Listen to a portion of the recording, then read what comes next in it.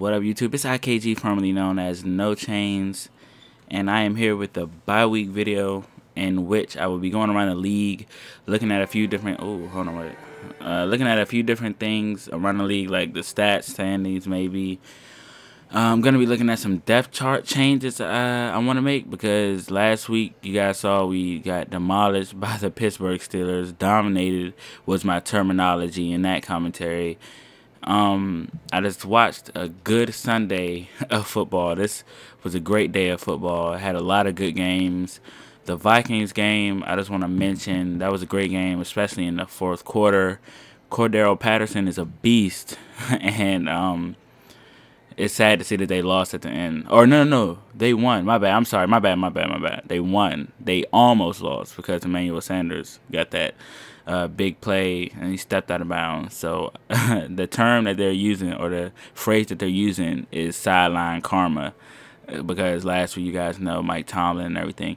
And I also want to mention before I start that there were, I think, 2 games that had 2 special teams touchdowns. If you watched the last episode, I said something like you rarely ever see 2 special teams touchdowns in one game, and I think there were 2 games like that. So that made me feel a little bit better. But hey, here's the storyline right here.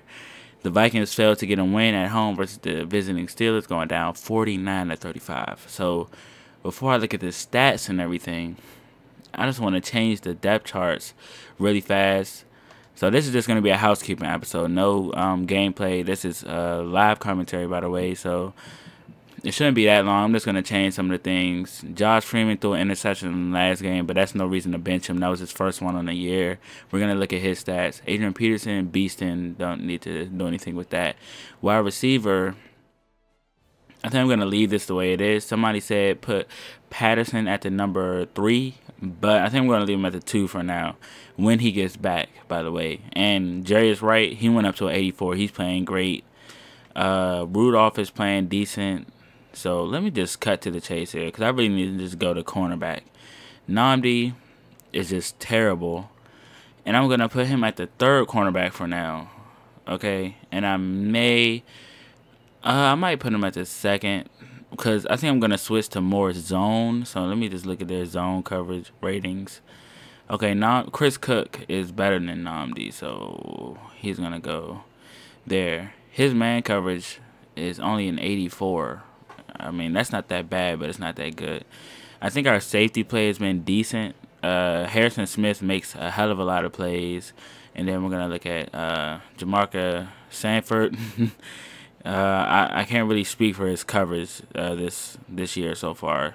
I haven't really been paying attention to that. I think he's been tackling very well, but for kick return, we want A.J. Jefferson, even though his overall is pretty bad back there, but I'm going to keep him back there. I don't care. He's playing very well. He's made a lot of good plays. So I'm going to keep Patterson strictly offense, because he's going to see a lot bigger of a role, in the upcoming weeks, because when he comes back, he's going to be my do-it-all type of Percy Harvin type of guy. I think that's all I need to do for the depth chart. I think we had pretty solid play outside of the secondary, really. Now let's look at the stats. Let's look at the stats real fast. We're gonna take a look at our team stats, and then we're gonna look at like the league leaders and stuff.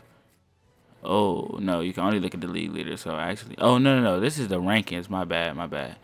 So let's see. We have probably total offense. We're probably up there. We're probably up there for total offense. Number one for total offense by about 60 something yards. Let's see, total offensive yards.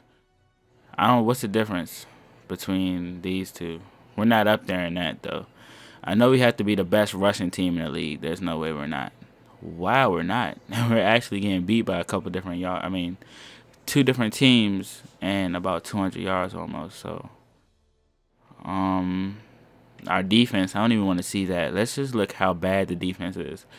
Pass defense were obviously the worst in the league by 200 yards. Over 200 yards were the worst in the league. Rush yards allowed, I don't think we're that bad versus the run. Yeah, we're actually, maybe we are. We're pretty decent, Points allowed. I'm not sure. Yeah, I think we're up there for that too. Yeah, number 2 by 4 points.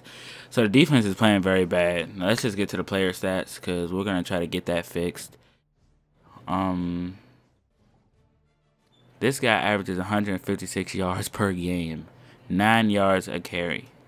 Where did I just see that? Oh yeah, 9 yards per carry. Wow, he's nice. He's a beast. 624 yards through 4 games. Jarius Wright.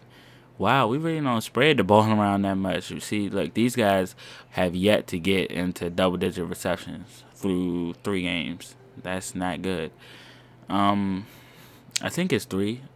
We're 3-1, I want to say. So 4 games. I'm sorry. So he's leading us in receiving yards. Greg Jennings doesn't get that many receptions. For some reason, I have trouble targeting my number 1 receiver. I don't know why that is, but I'll try to make him more of a part of the offense.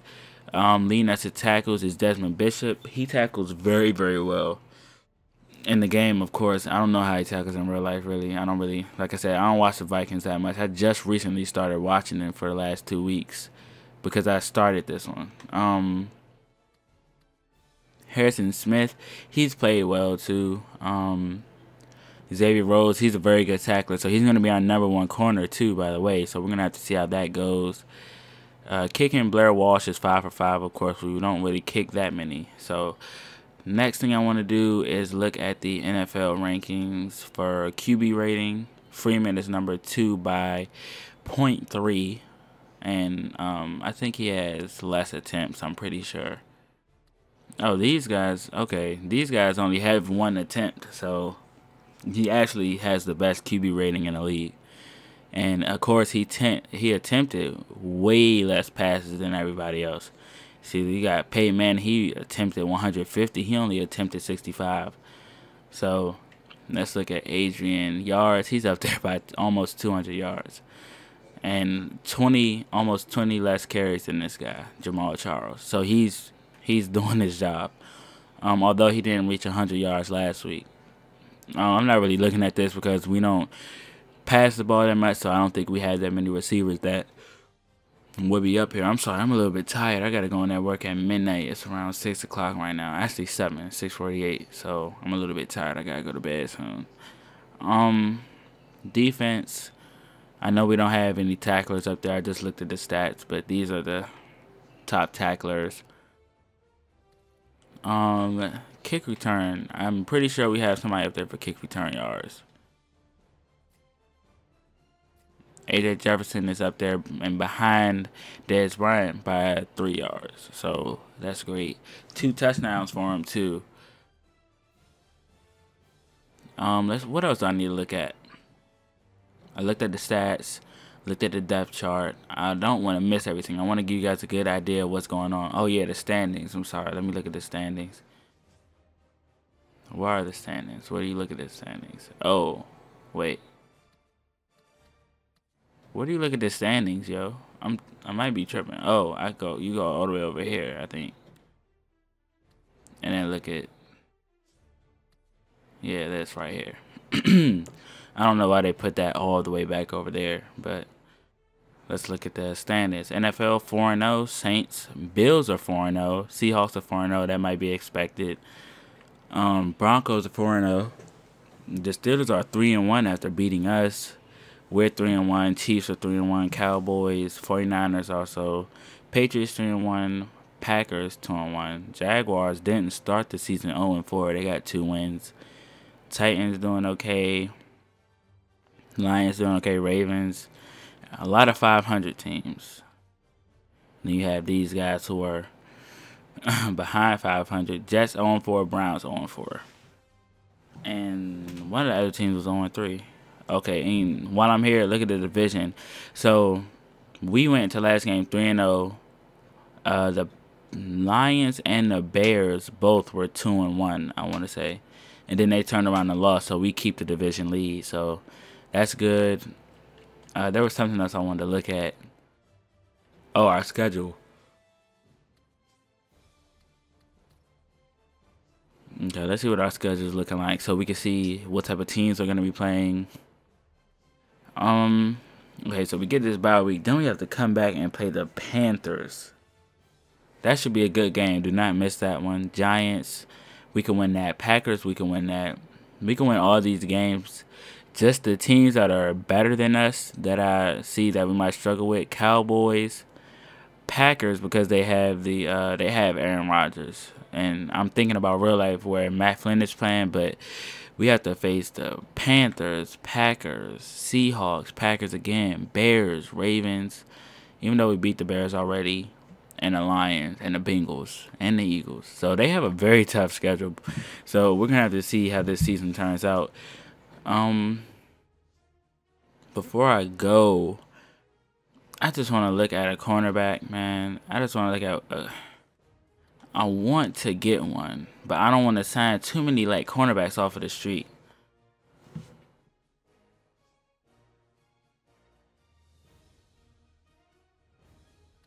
Let's see.